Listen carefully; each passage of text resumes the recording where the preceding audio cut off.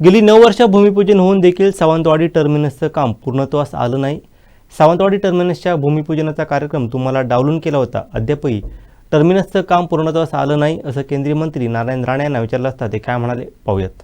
त्यासाठी सावंतवाडी टर्मिनसचा विषय पुन्हा एकदा सुरू झाला आहे। आजच्या वेळेमध्ये तर असंही आहे की ज्यावेळेस सावंतवाडी टर्मिनसचं भूमिपूजन झालेलं होतं त्यावेळेस आपल्याला डावलून तिथे कार्यक्रम केला गेला, त्याचा फोटोही छापला गेलेला आहे। पण नक्की अजून ते पूर्णत्वास गेलेलं नाही। मला पहिलं क्लिअर करतो, मला डावलल्यामुळे काय ते डिले झालेला नाही। मी माहिती घेतो आणि ते सुरू होण्याचा प्रयत्न करते, कारण त्यामुळे काय झालेलं नाही आणि मी काय केलं नाही। मी विकास कामाच्या मध्ये कधीच येत नाही। माझ्या दुश्मनाने जरी चालू केलं तर मी त्याचं अभिनंदन करेन।